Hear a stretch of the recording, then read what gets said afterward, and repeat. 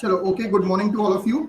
ठीक है, today we are going to start with the columns and if the time will permit then we will try to complete the syllabus. We will also complete the torsion also. ठीक है, तो column छोटा सा part है. ठीक है, उससे पहले चलो मुझे फटाफट से, जब तक मैं पीपीटी शेयर कर रहा हूँ या पीडीएफ शेयर कर रहा हूँ, तब तक आप लोग बताओ व्हाट इज कॉलम.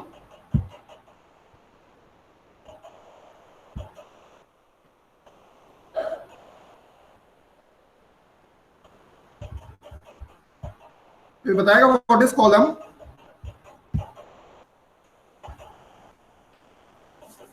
मेरे हिसाब से ये दिख रहा होगा आप लोग को, है ना? कोई दिक्कत?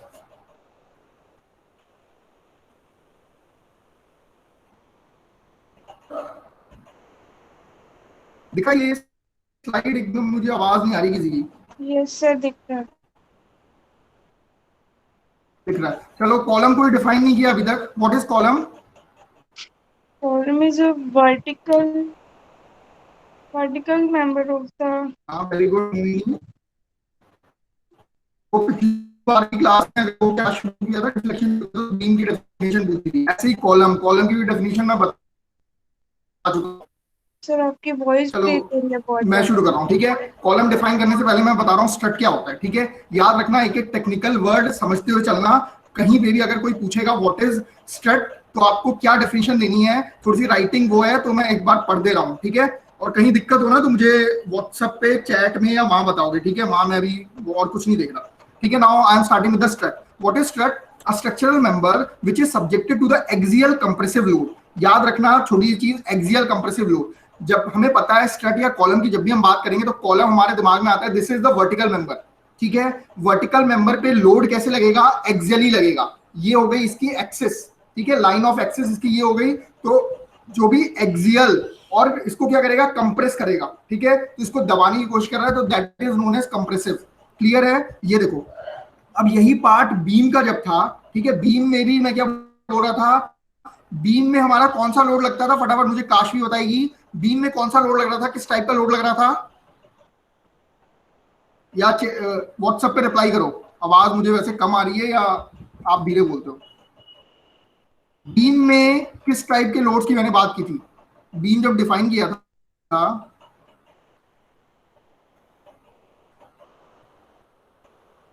क्या हुआ? काशवी,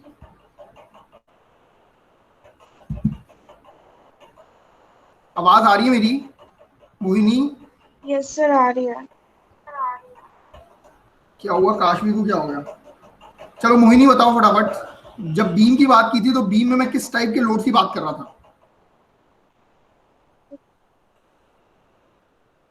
बताओ, जल्दी बताओ तो आगे बढ़ेंगे. Sir transfer. नहीं पता? हाँ, वेरी गुड, यही सुनना है बस. ट्रांसफर्स लोड की बात करता था. यहाँ पे मैं बात कर रहा हूँ एक्सियल कंप्रेसिव लोड की. ठीक है, ट्रांसफर्स लोड क्या? जब ये बीम ऐसे रखी है तो इसके ऊपर जो लोड लग रहा है, ठीक है, परपेंडिकुलर एक्सिस में लग रहा है, दैट इज ट्रांसफर्स लोड. और जब एक्सिस के अलोंग लग रहा है लोड, तो दैट इज एक्सियल लोड. तो जब भी कॉलम की बात करोगे, ठीक है, देखो अब मैं पहले तो स्ट्रट से स्टार्ट कर रहा हूँ, फिर अभी कॉलम पे आते हैं. What is strut? याद कर लो, a structural member which is subjected to the axial compressive load. देखो, रटना नहीं है कोई सा भी. जब भी कोई चीज डिफाइन करने को बोले तो सबसे पहला it is a structural member. ठीक है, क्लियर. नेक्स्ट इज एक्सियल, जिस टाइप का लोड जैसे लगेगा. ठीक है, अब बीम में क्या हो रहा था? बेंडिंग हो रही थी. ठीक है, बीम बेंड करने की कोशिश कर रहा था, और जो ट्रांसवर्स लोड के कारण बेंडिंग हो रही थी. ठीक है, जबकि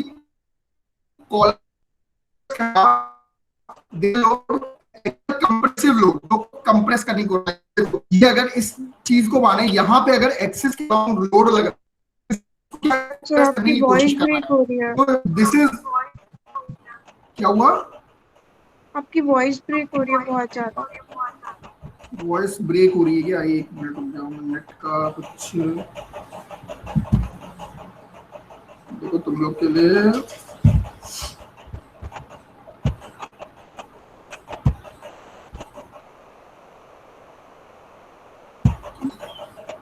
चलो, अब मेरे हिसाब से क्लियर है. एक बार मोहिनी बताना, अब वॉइस क्लियर है?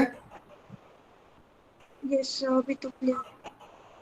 ठीक है, चलो अब स्ट्रट फिर से शुरू कर रहा हूं मैं. Structural member which is subjected to axial compressive load. ठीक है, हम स्ट्रट किसे बोलेंगे? जिसपे एक्सियल और कंप्रेसिव लोड लग रहा हो, that is known as strut. ठीक है, अब ये स्ट्रट क्यों बोला जा रहा है? कॉलम पढ़ाना था, मैं स्ट्रट क्यों पढ़ा रहा हूं? क्योंकि स्ट्रट में बी, ठीक है, इस तरीके का हॉरिजॉन्टल हो सकता है, इस तरीके का हो सकता है और इस तरीके का भी हो सकता है। तो सबसे पहले हमने पढ़ा what is strut. Strut is a structural member which is subjected to axial compressive load. अब इसी का एक पार्ट है कॉलम, ठीक है, इसी का एक पर्टिकुलर केस है कॉलम। इसलिए मैंने स्ट्रट पढ़ाया कि आप जो सोचते हो ना कि कॉलम जो दिया जाता है ऑलवेज वर्टिकल 90 डिग्री पे, ठीक है, तो जो सारे स्ट्रट होंगे, स्ट्रट का एक पार्ट है कॉलम। क्लियर हो रहा है? अगर कहीं पे भी एक्सियल कंप्रेसिव लोड कोई भी मेंबर ले रहा है, structural member, that is known as strut, ठीक है। कॉलम को भी आप स्ट्रट बोल सकते हो, but column is a particular case of strut when the column is at 90 degree. Clear हो रहा है? अब क्लियर है मोहिनी? आवाज ब्रेक तो नहीं हो रही अब? No sir. ठीक है, चलो देखो कहीं ब्रेक हो तो मुझे रोक देना, ठीक है। ये पार्ट क्लियर हुआ, स्ट्रक्चर स्ट्रट और कॉलम के बीच का डिफरेंस क्लियर हुआ। Column is a particular case of strut, ठीक है। तो all the columns are strut but all the strut is not a column. Clear हो रहा है? देखो एक छोटी सी स्ट्रट और कॉलम में मेन डिफरेंस हमें पता हो, हमने पढ़ा था पिछली भी, पहली बार भी, तो इतना ज्यादा क्लियर नहीं हुआ था। अब आते हैं हमारा क्या है, कॉलम, ठीक है। कॉलम आज पढ़ना है हमें, ठीक है। तो कॉलम मैंने क्या बताया, it is the special case of strut, ठीक है। हमेशा वर्टिकल स्ट्रट को ही आप कॉलम बोलोगे, ठीक है। तो अगर कॉलम डिफाइन करने को बोले तो again it is a structural member which is going to take axial compressive load but it is a particular case of strut, ठीक है। इस तरह डिफाइन करोगे या कॉलम सिंपल डिफाइन कर सकते हो। Column is a structural member which is having the axial compressive load and all it is always at 90 degree। Clear? Yes sir.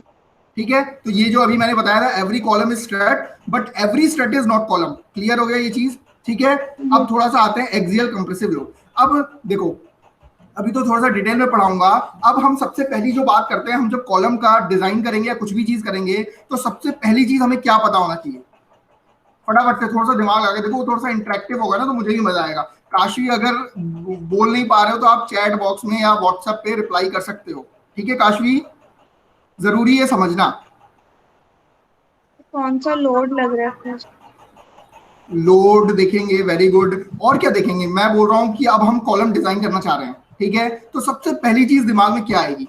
सबसे पहली चीज देखो, अब you are doing the design, आप इन एन आर्किटेक्ट डिजाइन को आप एक पूरा दिन देते हो, ठीक है। तो आप डिजाइन के व्यू से सोचना है। अभी अभी बहुत अच्छी कॉन्फ्रेंस भी हुई थी आपकी डिजाइन पे, तो थोड़ा सा सबसे पहला दिमाग में क्या आएगा?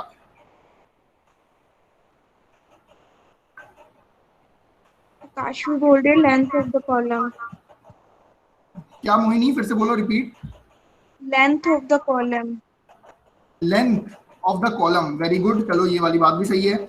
और क्या आएगा? मैंने मान लो काशवी और मोहिनी को दे दिया, मुझे अपना घर बनाना है, मुझे कॉलम बताओ, क्या बोलते हैं, क्या कॉलम दोगे, कैसे दोगे? तो चलो वेरी गुड, पहली चीज मोहिनी के दिमाग में आई कि लेंथ क्या होगी कॉलम की, ठीक है। दिमाग में और सर उसको पर्टिकुलर साइज सोचेंगे कि कॉलम का क्या साइज होगा एवरी कॉलम का। हाँ very good, size of the column, किस साइज का देंगे, ठीक है। और क्या आएगा? और आई वॉन्ट एग्जैक्ट आंसर। अभी तक कुछ कुछ ठीक है, एक मिनट। डिजाइन, हाँ डिजाइन करेंगे, वेरी गुड। डिजाइन का ही पार्ट आ गया जो मोहिनी बता रही है ना, लेंथ और साइज डिजाइन। लेकिन अब मैंने ये पूछा कि सबसे पहली चीज एक बीइंग अ आर्किटेक्ट या बीइंग अ इंजीनियर आपके दिमाग में क्या आएगी? जैसे ही मैंने बताया कि मुझे घर बनाना है, ठीक है, सबसे पहली चीज दिमाग में क्या आएगी?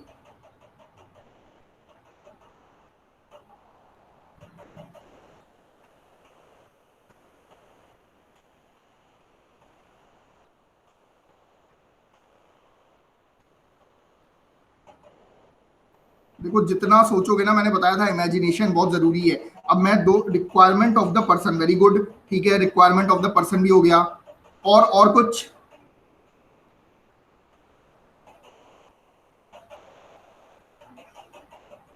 अब तो अब थोड़ा पहले सा हम ये बीम। पूछेंगे कि कहाँ पे डले, कहाँ पे डालने हैं कॉलम और बीम्स कहाँ डलेंगे। हाँ मोहिनी ने कुछ सही बोला है। कहाँ पे जाके मोहिनी? और एग्जैक्ट थोड़ा, कहाँ पे जाके क्या बोला आगे? कहाँ पे जा मतलब कहाँ पे, मतलब एक घर बनाने जा रहे तो कहाँ पे वो कॉलम्स डलेंगे बीम्स डलेंगे। थोड़ा थोड़ा थोड़ा थोड़ा, और कुछ? और कुछ?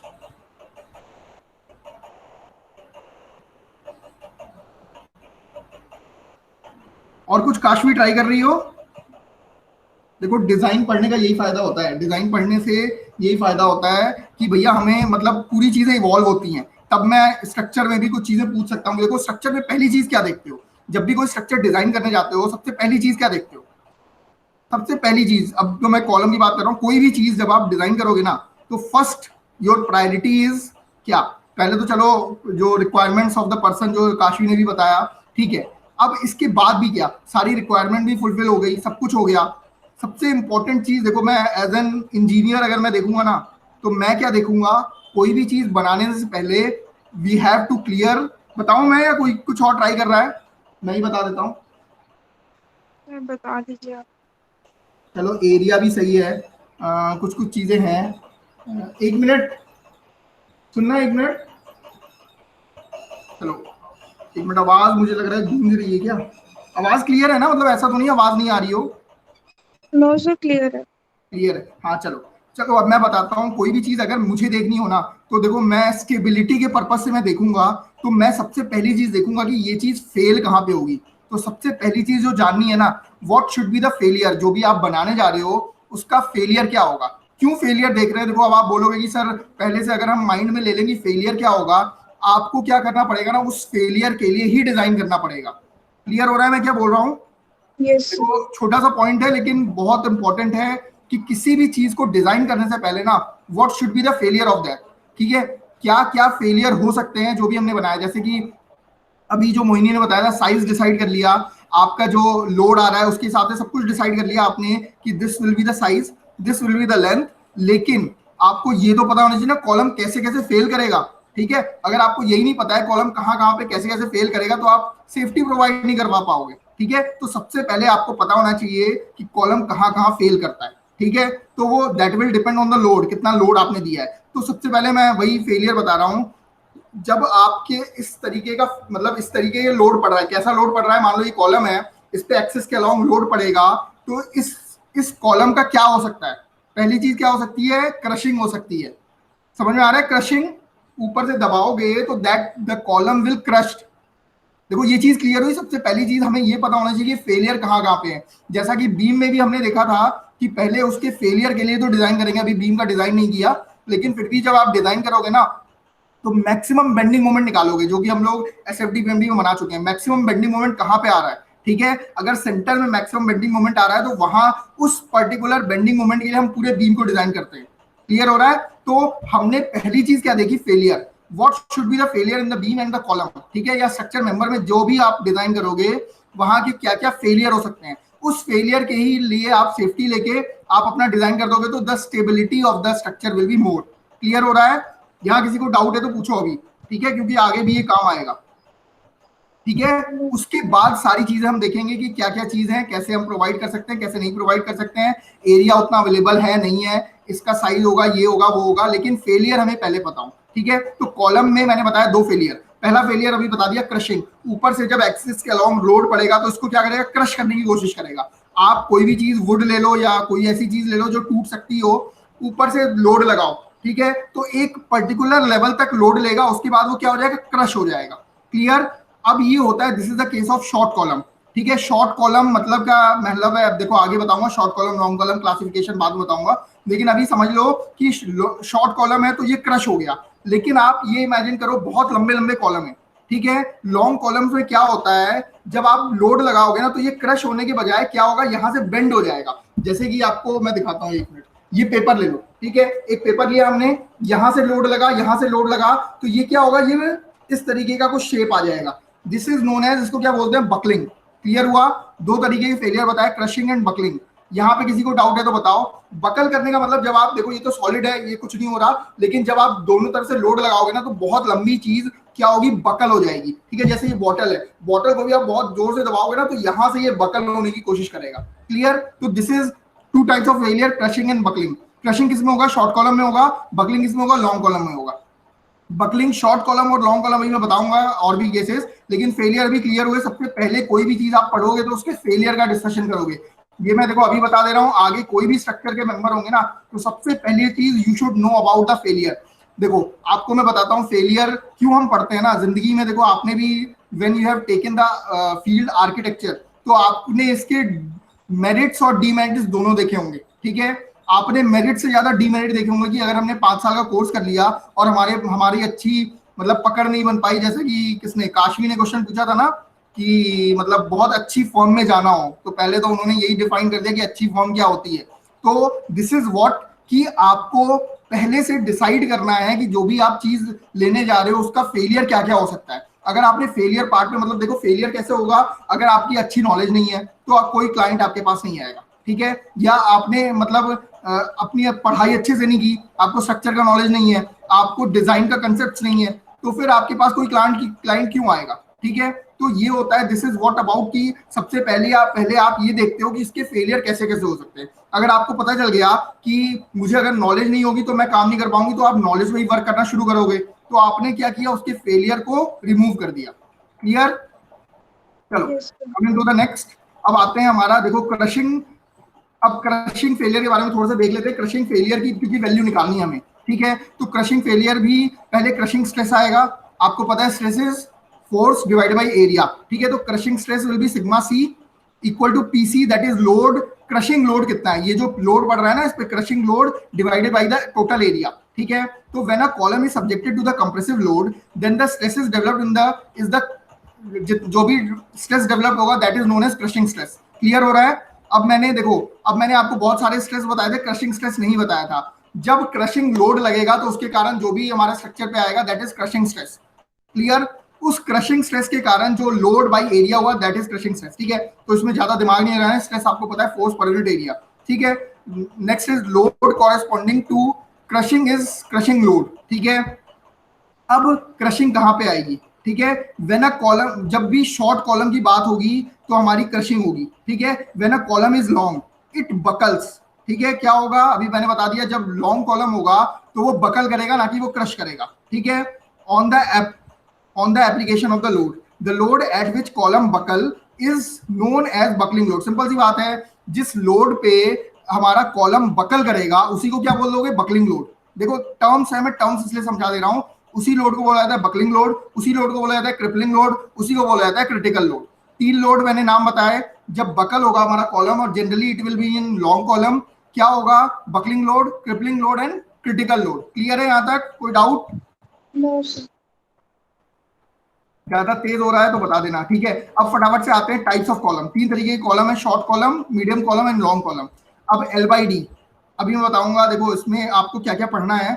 L by D is less than 8, L by D is greater than 8 और 30 के बीच में है तो मीडियम कॉलम। लॉन्ग कॉलम अगर 31 से, एक minute, L by D is less than 30 है तो, और अगर L by D is greater than 31 है तो लॉन्ग कॉलम। देखो अलग अलग किताब में अलग अलग वैल्यू मिलेगी, अलग अलग चीज मिलेगी, अगर डाउट होगा तो, ठीक है। लेकिन ये सिर्फ जनरल पढ़ने के लिए। अब जब मैं स्ट्रक्चर पढ़ाऊंगा या आरसीसी पढ़ाऊंगा ना, तो वहां इसको अलग तरीके से डिफाइन करूंगा, शॉर्ट कॉलम क्या होता है, लॉन्ग कॉलम क्या होता है, ठीक है।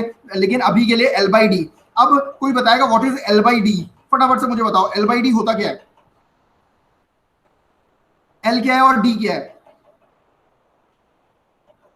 अब इतना तो पढ़ के आ गए हो। डिस्टेंस। हाँ very good. L is the effective length and D will be the, D कौन बताएगा, डिस्टेंस। डेप्थ। सही है, चलो आवाज आ गई। Length by depth is less than 8 है तो इसकी वैल्यू, अगर देखो कॉलम की बात कर रहा है, अगर इसकी लेंथ कुछ होगी और इसकी कुछ डेप्थ होगी, ठीक है, ये वाली डेप्थ हो गई और ये पूरी लेंथ हो गई, तो लेंथ बाई डेप्थ का रेशियो निकालोगे। अगर लेस देन इक्वल टू 8 आ रहा है तो दिस इज शॉर्ट कॉलम, ठीक है। जैसे जैसे साइज बढ़ेगा, अगर 31 से ज्यादा है तो it will be long column, और उसके बीच में जो है मीडियम कॉलम, ठीक है। तो अभी इन वैल्यू को एक बार याद कर लेना है बस समझने के लिए, कि हमको कोई क्लासिफिकेशन करना था ना कि शॉर्ट कॉलम कौन सा होगा, लॉन्ग कॉलम कौन सा होगा, तो हमने ये क्लासिफिकेशन कर लिया। अब सबसे इंपॉर्टेंट जो इनका क्लासिफिकेशन होता है that is based on the slenderness ratio. अभी स्लेंडरनेस रेशियो कैसे आया मैं बताऊंगा, ठीक है। दैट इज, अब यहाँ पे इफेक्टिव लेंथ आ गई, यहाँ पे नॉर्मल लेंथ थी बाई डेप्थ था, ये हो गई इफेक्टिव लेंथ। और के मुझे फटाफट से कौन बताएगा व्हाट इज के क्या है, काशवी मैं चाहता हूं टाइप करो।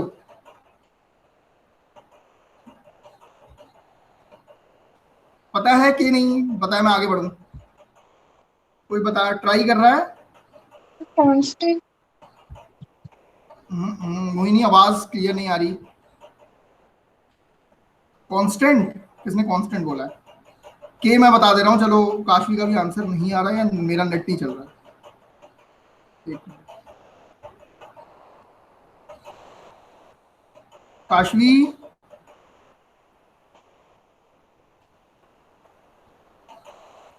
काशवी आंसर नहीं देगी। चलो, it is radius of gyration. ठीक है, अभी मैं बताता हूँ रेडियस ऑफ गायरेशन क्या होता है।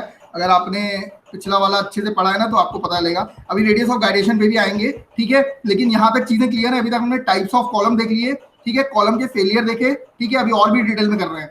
Now coming to the Euler's load, ठीक है, ये एक साइंटिस्ट थे जिन्होंने पर्टिकुलर बताया कि व्हाट शुड बी द, देखो अब हम बकलिंग लोड, क्रिपलिंग लोड और क्रिटिकल लोड की बात कर रहे हैं, तो what should be the particular value, या कोई फॉर्मूला होना चाहिए ना हमारे पास जिससे कि हम ये वैल्यू निकाल पाए। तो आइलर साइंटिस्ट थे जिन्होंने आइलर लोड बताया था, ठीक है। तो आइलर लोड का इन्होंने पूरा एक्सप्लेनेशन दिया है। It gives the buckling load and it is applicable for long column only. Euler's की जो थ्योरी थी that is applicable to only long column, ठीक है। तो इन्होंने बकलिंग लोड बताया था। अब इनके कुछ एजम्पशन थे। एजम्पशन क्या थे? Column is perfectly straight and the load applied is axial.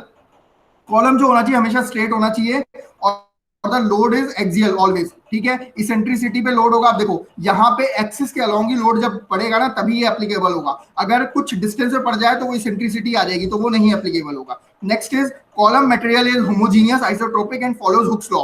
Hooke's law बता चुका हूँ, आइसोट्रोपिक बता चुका हूँ, होमोजीनियस बता चुका हूँ। ये आज मुझे आप लोग टाइप करके बताओगे कि क्या है, ठीक है। होमोजीनियस मैंने अच्छे से एक्सप्लेन किया, आइसोट्रोपिक भी आपको पता है, हुक्स लॉ भी पता है, ठीक है। तो कहने का मतलब है होमोजीनियस आपको पता है हर एक मटेरियल पे जो इसका इलास्टिक प्रॉपर्टीज होंगी सेम होंगी, ठीक है। आइसोट्रोपिक में हर एक डायरेक्शन में भी सेम होंगी, ठीक है। और हुक्स लॉ होना चाहिए। हुक्स लॉ आपको पता है कहां तक वैलिड होता है।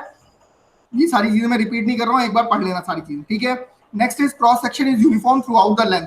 क्रॉस सेक्शन हर एक पॉइंट पे इक्वल होना चाहिए। अगर अलग अलग क्रॉस सेक्शन होगा तो that will be not valid, ठीक है। तो ये assumptions है पहले ही। Length of the column is very high as compare to the cross sectional area.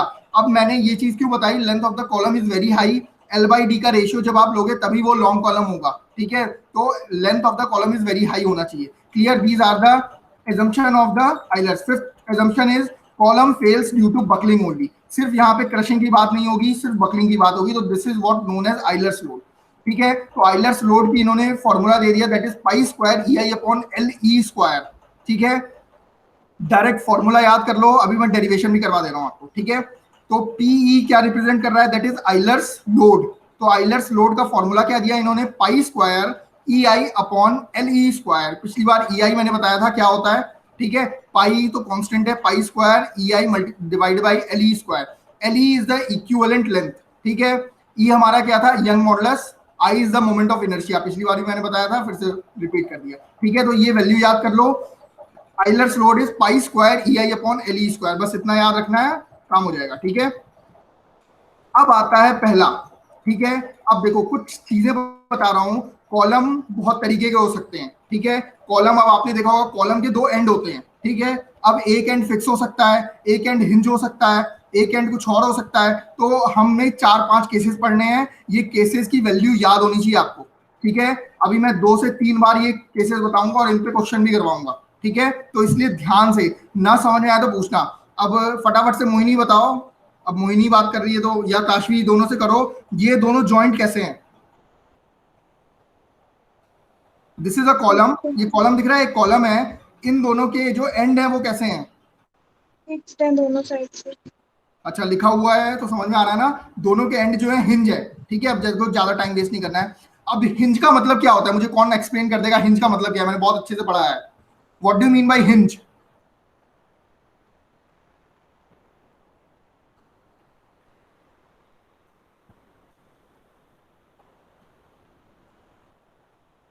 नहीं बता रहा कोई? चलो मैं एक बार फिर से एक्सप्लेन कर रहा हूं, जिसको डाउट हो वो फिर से पूछेगा। देखो यहाँ कंसेप्ट समझना जरूरी है। अगर ये फिक्स होता ना, देखो अगर हिंज है तो हिंज पे ये इलास्टिक कर्व है, ठीक है। ये जो इलास्टिक कर्व बन रहा है, याद रखना हिंज पे मैंने क्या बताया था। देखो पिछली क्लास याद करो, पिछली क्लास में मैंने बताया था हिंज पे स्लोप होगा या नहीं होगा। फटाफट, हिंज पे स्लोप होता है नहीं होता है? सर एक साइड फिक्स्ड होता है और देन वो मूव करता है जैसे। मोहिनी मोबाइल से देख रही हो, एक बार मोबाइल के थोड़े से पास जाके एक बार बोलो तो, फिर से बोलो। वो बोल रही थी कि जैसे हमारे गेट्स वगैरह होते हैं उसके अंदर हिंज जॉइंट्स लगे होते हैं कि एक साइड फिक्स्ड होती है और मूव करता है। Very good. देखो हिंज पे हमारा क्या होता है? स्लोप होता है, ठीक है, स्लोप है ना। देखो अब ये जो कर्व बनाया ना, इलास्टिक कर्व, पिछली बार भी मैंने थोड़ा सा बताया था, ठीक है, यहां से जो इलास्टिक कर्व बनेगा कुछ इस तरीके का बनेगा।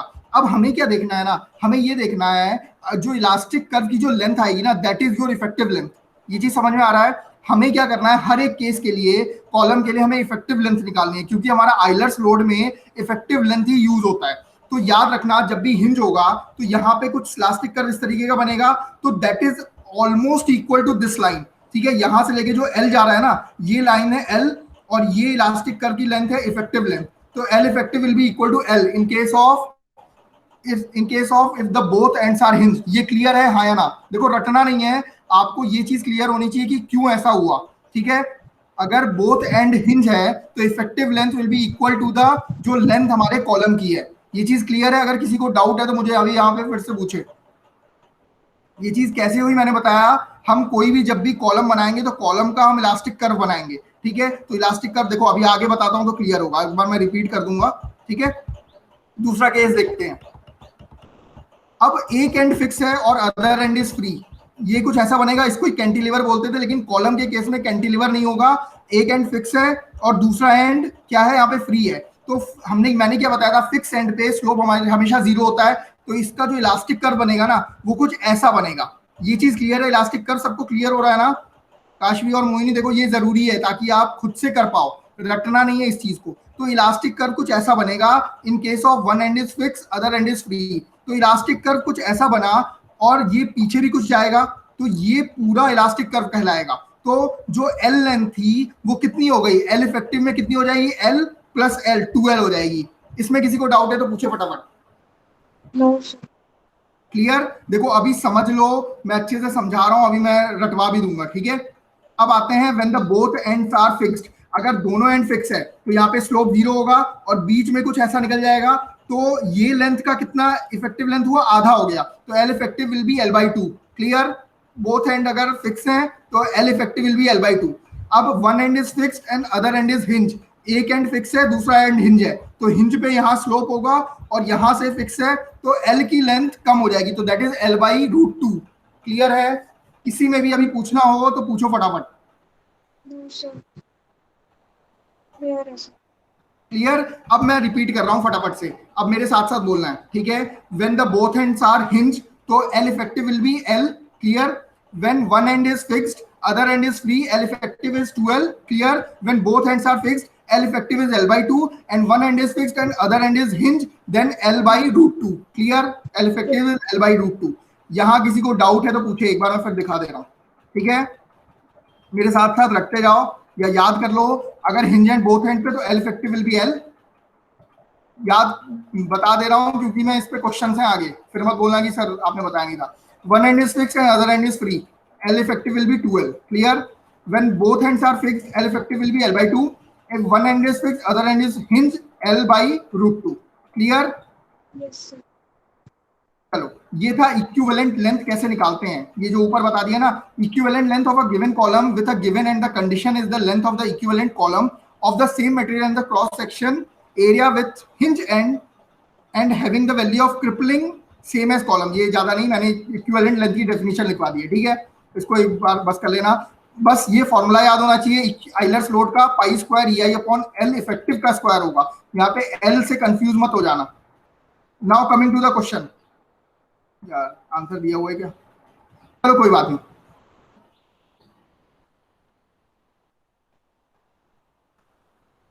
चलो, इसका मुझे क्वेश्चन दिख रहा है, the crippling load for both ends fixed long column.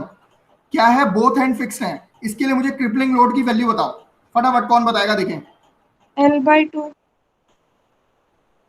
Question पढ़ो, SSC JEE 2008। फिर मैंने बोला था कि क्वेश्चन इतना आसान नहीं आएगा बेटा।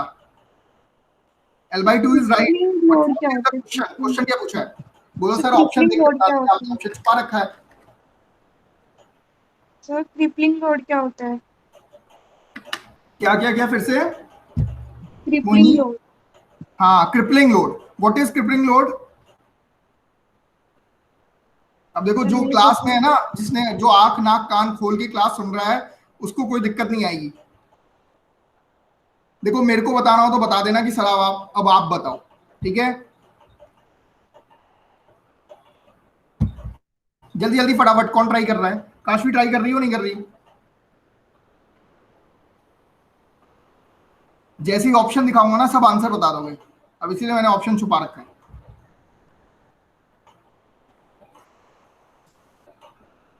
मोहिनी आंसर आया? No sir. No sir. Kashvi try कर रही हो? चलो मैं आंसर बता रहा हूं, ठीक है। क्रिपलिंग लोड पूछा है। क्रिपलिंग लोड को क्या बोलते हैं? Critical load. क्रिटिकल लोड को भी बोलते हैं आइलर्स लोड। क्लियर? ये सर अभी तक पाई सिर्फ square E I L E हाँ स्क्वायर।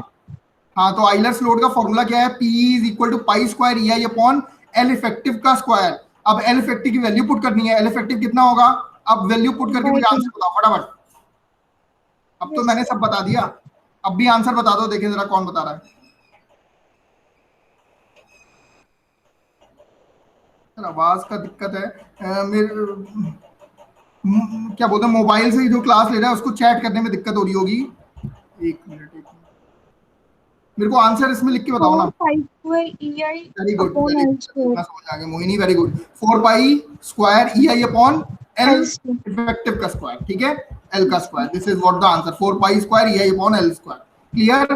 क्योंकि एल इफेक्टिव क्या हो जाएगा? L by two, P equal to pi square E I upon L square by 4 हो जाएगा, तो ऊपर 4 चला जाएगा। क्लियर है? देखो हमने क्या किया, हमने थोड़ा सा कॉलम पढ़ा, क्वेश्चन लगाया, तो कॉन्फिडेंस हमारा बिल्टअप हो गया कि इतने से हमारे क्वेश्चन बन रहे हैं। ठीक है, तो यही तरीका है पढ़ने का। एक मिनट, फिर गड़बड़ हुआ। अब देखो एसएससी जो 2009 में क्या क्वेश्चन पूछा है? The effective length of the column with one and fixed and the other end is free. फटाफट बताओ। L effective will be 2L। L effective will be 2L। Clear? देखो ये कंसेप्ट बन रहे हैं ना, its own length, twice its length, half its length, इस तरह का भी पूछ सकता है, तो ट्वाइस इट्स लेंथ हो जाएगा। क्लियर? नेक्स्ट, अब ये मुझे क्वेश्चन जो सॉल्व कर देगा ना, उसके लिए आज वो है chocolate. The ratio of Euler's buckling load of the column with same parameter having. एक मिनट, ये क्वेश्चन में कुछ गड़बड़ है।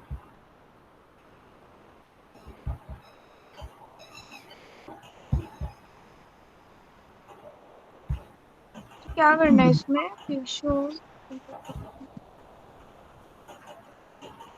क्या निकालना है? The ratio of Euler's buckling load. ठीक है, चलो सामने आंसर भी है। अब मतलब कितना आंसर आ रहा है, फटाफट कोशिश करो एक बार। देखो क्वेश्चन सॉल्व करने से ना खुद मजा आता है मेरे हिसाब से, तो अगर खुद सॉल्व हो रहे होंगे तो आपको मजा आएगा। ट्राई करो एक बार। क्या पूछा है? बोथ एंड फिक्स दिया हुआ है, तो L effective will be L by two. One end fix end the other end is free, तो L effective will be 2L। Clear है? यहां से क्वेश्चन देख के समझ में आ रहा है। अब दोनों का आइलर्स बकलिंग लोड का रेशियो निकाल दो। Okay sir.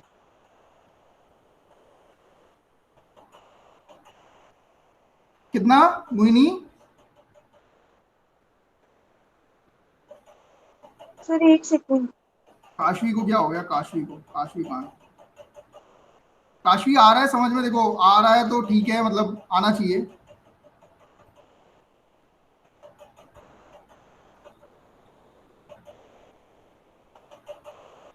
काशवी,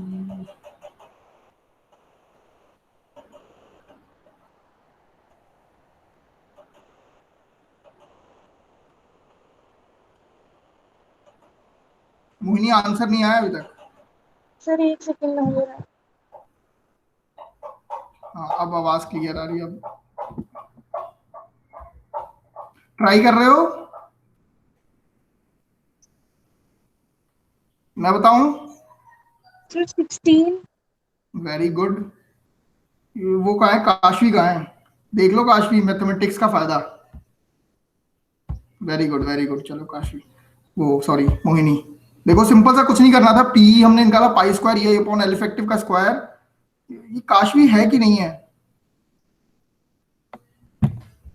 ठीक है, तो अब देखो आपने क्या किया होगा, हर एक की वैल्यू रखी होगी, यहां से डायरेक्ट देखो P is inversely proportional to the L effective. तो क्या करना है, अगर P 1 बाई P 2 करोगे तो LE 2 बाई LE 1 आ जाएगा। ठीक है, मतलब LE 2 का होल स्क्वायर बाई LE 1 का होल स्क्वायर। इसका स्क्वायर कितना होगा? 2 का स्क्वायर 4। ठीक है, और इसका स्क्वायर हो जाएगा 2 का स्क्वायर 4, 4 मल्टीप्लाइड बाई 4 हो जाएगा, तो इट विल बी 16। क्लियर? ठीक है, देखो एकदम इजी इजी क्वेश्चन है, कुछ उसमें बहुत बड़ा कुछ नहीं करवाया। ठीक है, now coming to the slenderness ratio.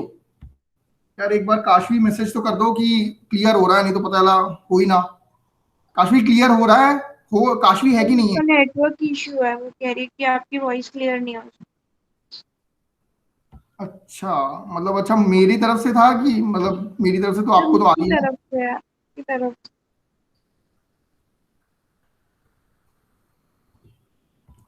अभी ठीक है सब? एक मिनट, नहीं तो काशवी उनकी है या नहीं तरफ। है? चलो कोई बात नहीं, लेक्चर रिकॉर्ड हो जाएगा तब पढ़ लेगी वो, है ना। तो now coming to the slenderness ratio, what is slenderness ratio मैंने बोला था, बाद में पढ़ाऊंगा। It is equivalent length by least radius of gyration, clear? ठीक है, के मैंने बताया था वहां पे रेडियस ऑफ गायरेशन, लेकिन लीस्ट रेडियस ऑफ गायरेशन, अब ये चीज होती क्या है मैं बताता हूँ पूरा डिफाइन करके, ठीक है। ये क्लियर है? स्लेंडरनेस रेशियो डिफाइन करना हो कोई पूछेगा तो it is equivalent length by least radius of gyration, ठीक है। Now coming to the moment of inertia, moment of inertia is equal to A into K square, ठीक है। अब यहां से निकलता है हमारा क्या, ये क्या बोलते हैं, के स्क्वायर क्या होगा, that will be I by A, ठीक है। तो K will be under root of I by A, ठीक है। अब ये देखो, अगर आई बाई ए जितना मिनिमम होगा, ठीक है, उसी पे डिपेंड करेगा कि हमारा के मिनिमम होना चाहिए। तो इसलिए जितना के मिनिमम होगा स्लेंडरनेस रेशियो हमारा क्या होगा, ज्यादा से ज्यादा होगा, ठीक है। तो ये पूरा तरीका है, देखो कैसे, मान लो रेक्टेंगल है, ठीक है, एक रेक्टेंगल है, उसका मोमेंट ऑफ इनर्शिया कितना होता है, बी डी क्यूब बाई 12, ठीक है। और बी डी क्यूब बाई 12, और मतलब इस किस डायरेक्शन में होगा, एक्स एक्सिस के लिए, सॉरी वाई एक्सिस के लिए होगा। आई यहाँ एक्स एक्सिस और वाई एक्सिस के लिए अलग होगा, जिसमें जिसको कट कर रही होगी ना एक्सिस, जैसे डी को कट कर रही है तो वहां पे क्यूब आ जाएगा, तो एक्स एक्सिस के लिए बी डी क्यूब बाई 12 और वाई एक्सिस के लिए डी बी क्यूब बाई 12। तो यहाँ पे इसकी वैल्यू मोमेंट ऑफ इनर्शिया रखोगे, एरिया से डिवाइड करोगे तो you will get the least radius of gyration, ठीक है। तो इसी पे डिपेंड करती है कई मटेरियल की प्रॉपर्टी, इसलिए हमने निकाला था स्लेंडरनेस रेशियो, ठीक है, क्लियर है।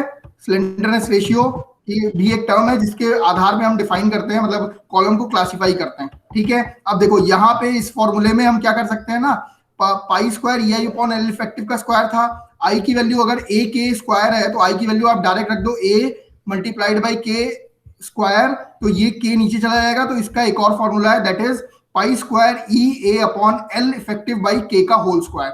ये हो गया पूरा एल ई बाई के स्लेंडरनेस रेशियो, क्लियर है। अभी जो जो चीज मैंने बोली मोहिनी, यस सर।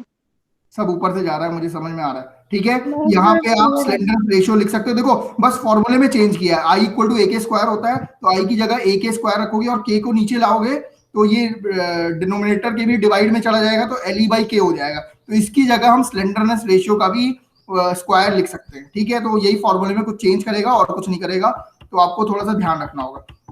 चलो, अभी तक हमने लॉन्ग कॉलम की बात की थी, अब थोड़ा सा बात कर लेते हैं कि लॉन्ग कॉलम तो सर आपने बता दिया, अगर शॉर्ट कॉलम आ गया तो क्या करोगे। तो शॉर्ट कॉलम के लिए आपको दूसरे साइंटिस्ट ने दिया, दैट इज रैंकाइन फॉर्मूला और रैंकाइन हाइपोथेसिस, ठीक है। This is applicable for short और लॉन्ग कॉलम दोनों के लिए एप्लीकेबल है, ठीक है। That will be 1 by P R, that will be Rankine load equal to crushing plus हमारा आइलर्स, ठीक है। आइलर का भी इसने यूज कर लिया और कर लिया, और वो क्रशिंग का भी यूज कर लिया, ठीक है। तो डायरेक्ट फॉर्मूला याद रखना है आपको, 1 by P R equal to 1 by PC plus 1 by P, ये फॉर्मूला है, दैट इज रैंकाइन फॉर्मूला, ठीक है। Here the PC will be crushing load, ठीक है। क्रशिंग लोड कैसे निकलेगा, sigma crushing stress multiplied by area, आपको पता है stress is force by area, तो आपका स्ट्रेस क्या हो जाएगा, सॉरी लोड क्या हो जाएगा, स्ट्रेस मल्टीप्लाइड बाई एरिया, ठीक है। और आइलर्स लोड आपको पता ही है, आइलर्स लोड कितना होता है, आइलर्स लोड को क्रिपलिंग लोड या क्रिटिकल लोड बोलते हैं, तो that will B pi square E I upon L effective का स्क्वायर, ठीक है। ये ऊपर हमने पढ़ रखा था, this is Rankine formula, clear है, ठीक है। तो अब लॉन्ग कॉलम की थोड़ी सी बात करें ना, तो लॉन्ग कॉलम में क्या होगा, एल इफेक्टिव हमारा बहुत ज्यादा होगा, ठीक है, मतलब ग्रेटर ग्रेटर होगा, सिंपल सी बात है, जिसकी लेंथ ज्यादा है उसी को तो लॉन्ग कॉलम बोलोगे। तो अगर लेंथ ज्यादा है तो उसके लिए जो आइलर्स लोड होगा, अगर ये लेंथ ज्यादा है तो आइलर्स लोड क्या हो गया, कम हो गया, इनवर्सली प्रोपोर्शनल है ना। अगर ये लेंथ ज्यादा है तो आइलर्स लोड कम होगा, तो आइलर्स लोड कम होगा, और इसका भी आप डिनोमिनेटर कर दोगे 1 बाई पी आई कर दोगे, तो ये बहुत ज्यादा बढ़ जाएगा, ठीक है। तो आप बोल सकते हो रैंकाइंस का जो लोड होता है that will be totally depend on the Euler's load, ठीक है। क्रशिंग लोड बहुत कम आता है, क्रशिंग लोड की वैल्यू, तो आइलर्स लोड ही इतना ज्यादा है ना। देखो जब आप क्या करते हो ना, अब आपको 10 निकालना है, 10 में आप क्या कर सकते हो, 1 प्लस 9 कर सकते हो, लेकिन 1 की वैल्यू ज्यादा है नहीं, 9 की वैल्यू ज्यादा है, तो आप डायरेक्ट कर सकते हो 10 इज इक्विवेलेंट टू 9, जबकि 10 भी इक्विवेलेंट टू 9 नहीं है, लेकिन ऑलमोस्ट आप कर सकते हो अप्रोक्सीमेट। तो वही चीज कही गई है, Rankine load is almost equal to Euler's load, ठीक है, क्योंकि देखो ये सब ना बहुत मतलब डेप्थ पे निकाले जाते हैं, तो अब क्रशिंग लोड का ज्यादा फर्क नहीं पड़ता, आइलर्स लोड का ही ज्यादा फर्क पड़ता है, इसीलिए दूसरे दूसरे साइंटिस्ट ने, लेकिन आएगा क्रशिंग भी, ऐसी बात नहीं है कि नहीं आएगा। अब देखो इसलिए इन्होंने फॉर्मूला निकाल लिया था 1/PR, यहाँ पे सिग्मा सी इंटू ए वही है, 1/PC की वैल्यू रख दी है, और इसमें आइलर्स लोड की वैल्यू रख दी है, तो सारी चीज को सॉल्व करके डिनोमिनेटर को कॉमन लेके एलसीएम लेके फाइनली हमारे पास जो फॉर्मूला आता है that will be PR will be, रुक जाओ इसका भी शॉर्ट हो जाएगा, sigma C pi square EI by pi square EI plus sigma C A into L effective का स्क्वायर। ठीक है, तो इसको भी शॉर्ट में करके बताया है, एक मिनट। ठीक है, तो ये फॉर्मूला एक रैंकाइंस फॉर्मूला, वैसे तो आपके सिलेबस में दिया नहीं है, लेकिन फिर भी आपको पता होना चाहिए। आपके सिलेबस में आइलर्स लोड दिया हुआ है, ठीक है, कॉलम दिया हुआ है, वेरियस कंडीशन दी हुई है कॉलम में, एक बार सिलेबस भी देखना। ठीक है, तो that is what about column यहाँ पे खत्म हो गया। ठीक है, अब चलो ये क्वेश्चन मेरे को फटाफट से बताओ। A long circular cylinder has diameter D and length, the slenderness ratio of the column कितना होगा? फटाफट से मुझे बता दो, स्लेंडरनेस ऑफ द कॉलम कितना होगा? एक लॉन्ग कॉलम है जिसका सिलेंडर का डायमीटर दिया हुआ है D और लेंथ दी हुई है L। मोहिनी ट्राई कर रही हो? यस सर, स्लेंडरनेस रेशियो, हाँ, स्लेंडरनेस रेशियो अभी बताया मैं। तो formula pi square EA upon में LE अपॉन के, स्लेंडरनेस रेशियो अभी क्या बताया था? Equivalent length by least radius of lateral gyration. Least radius of gyration बताया था ना। देखो फॉर्मूले के अकॉर्डिंग देखा करो। अब देखो आंसर तो दिया ही हुआ है ना, इसीलिए दिक्कत है ना। ये निकाल सकते हो नहीं निकाल सकते हो, ये बताओ। देखो L इफेक्टिव बाई K, ठीक है, L इफेक्टिव बाई K हमारा क्या होगा? That will be equal to I is equal to A into K square. Area कितना है? Area is pi by 4 into D square. तो आप एरिया रख दो, ठीक है, एरिया रख दिया आपने I की जगह पे, ये रहा थोड़ा हल्का हल्का दिया, पाई बाई 4 इंटू D स्क्वायर। और यहाँ पे सॉरी एक minute, L effective by,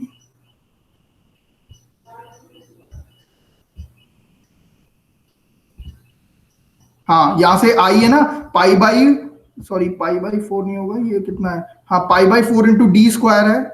sorry, moment of inertia of a circular, circular का क्या होता है ना, पाई बाई 64। ठीक है, ये पाई बाई 64 है, D की पावर 4, और एरिया होता है पाई by 4 into D square multiplied by K। यहाँ से आप K निकाल लो, तो 4 से यहाँ 16 से कट जाएगा, पाई बाई सब कट गया, D स्क्वायर कट गया।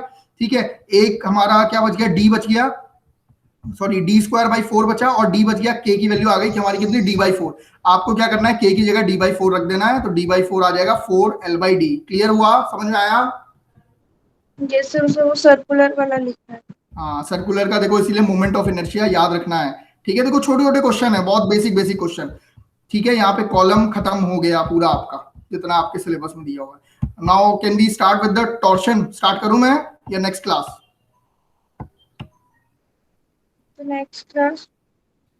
चलो नेक्स्ट क्लास। कॉलम खत्म हो गया, कॉलम से जितने क्वेश्चन बन सकते हैं करने हैं आप लोग को।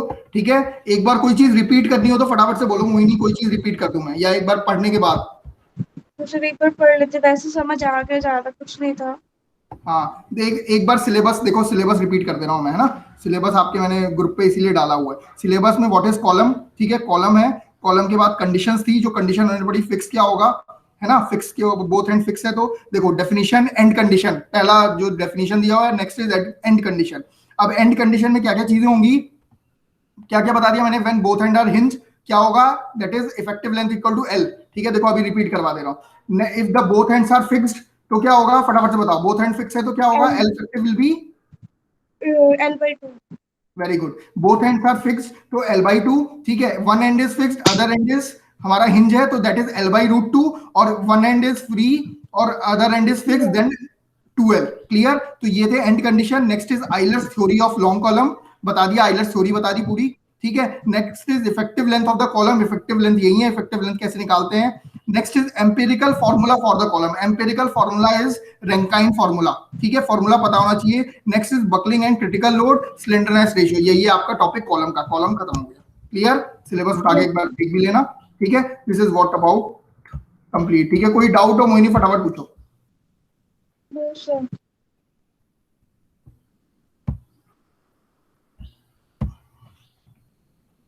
No sir.